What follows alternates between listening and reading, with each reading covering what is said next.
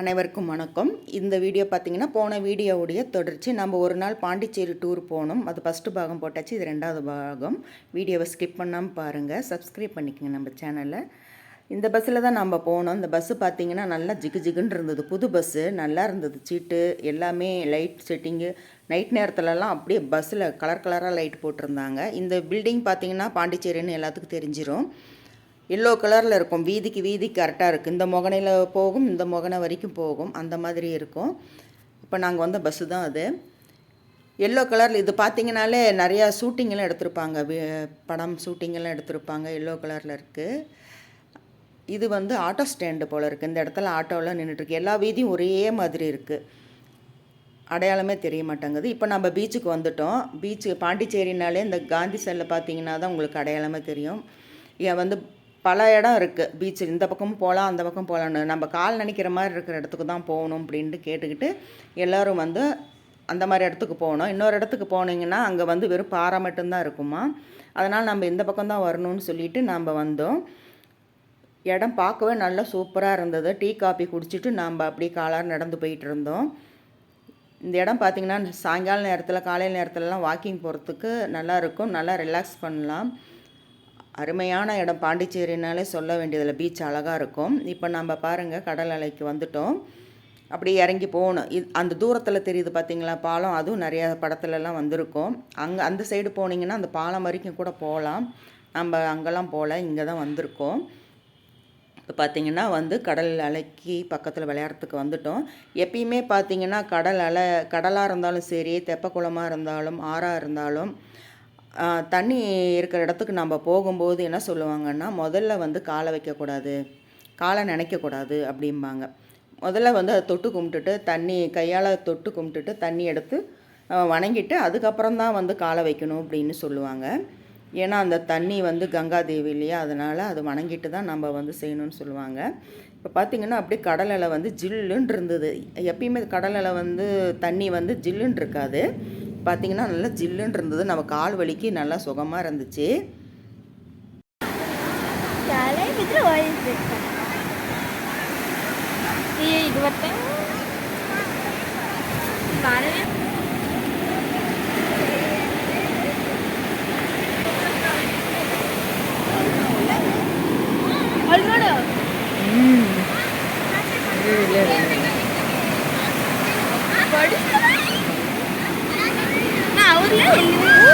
பெரிய பெரிய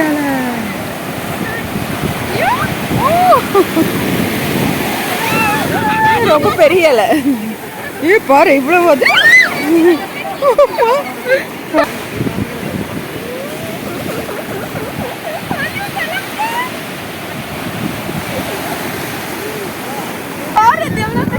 ஆமா வருது. இது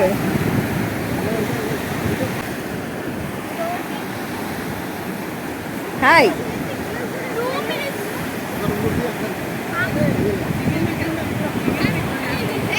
அதுக்கு மேலே போகக்கூடாது.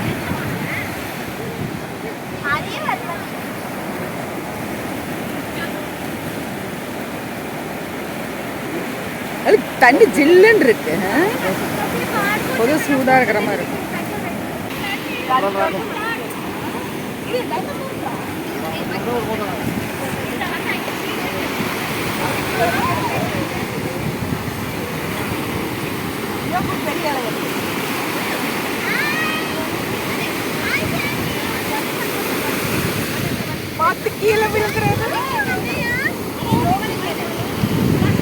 எவ்வளோ பெரிய அளவு வருது பார்த்தீங்களா?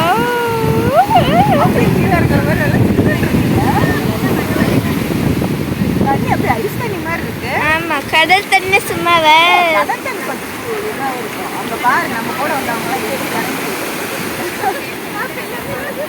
இது கொஞ்சம் அலை கம்மியாக.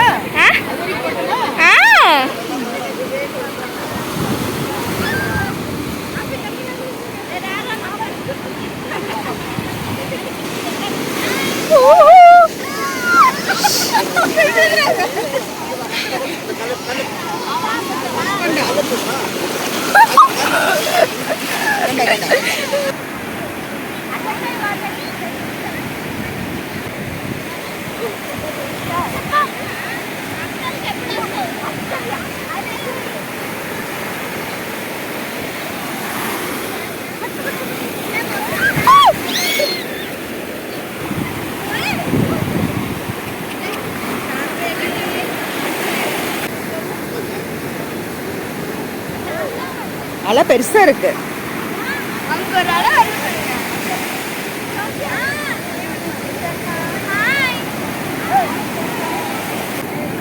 அந்த பக்கம் போலாமா? எங்கே?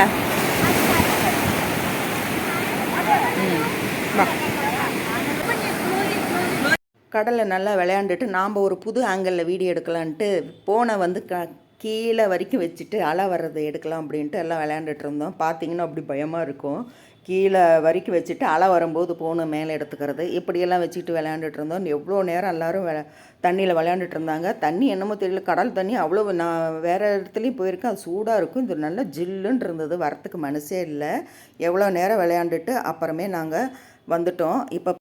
இப்போ எல்லாம் விளையாண்டு முடித்து வந்துட்டோம். இப்போ பார்த்திங்கன்னா அங்கே காந்தி சிலை கிட்ட நின்று நிறையா எல்லாம் ஃபோட்டோஸ் எல்லாம் எடுத்துக்கிட்டோம். பாண்டிச்சேரினாலே இந்த காந்தி சிலை கிட்ட வந்தால் தான் நல்லாயிருக்கும். பாண்டிச்சேரிக்கு வந்த மாதிரியே ஒரு ஃபீல் இருக்கும்.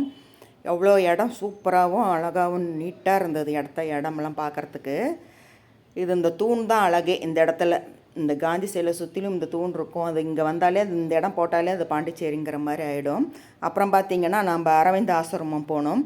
அதே வீதியில் தான் மணக்குட விநாயகரும் கோயிலும் இருக்குது. இது என்னடா பில்டிங் இவ்வளோ நீளமாக இருக்குன்னு இது என்னென்னு தெரியாமல் வீடியோ எடுத்துகிட்டு போனேன். பார்த்திங்கன்னா இதுதான் அரவிந்த் ஆசிரமம். அந்த முன்னாடி பார்த்திங்கன்னா என்ட்ரன்ஸ் இருக்குது.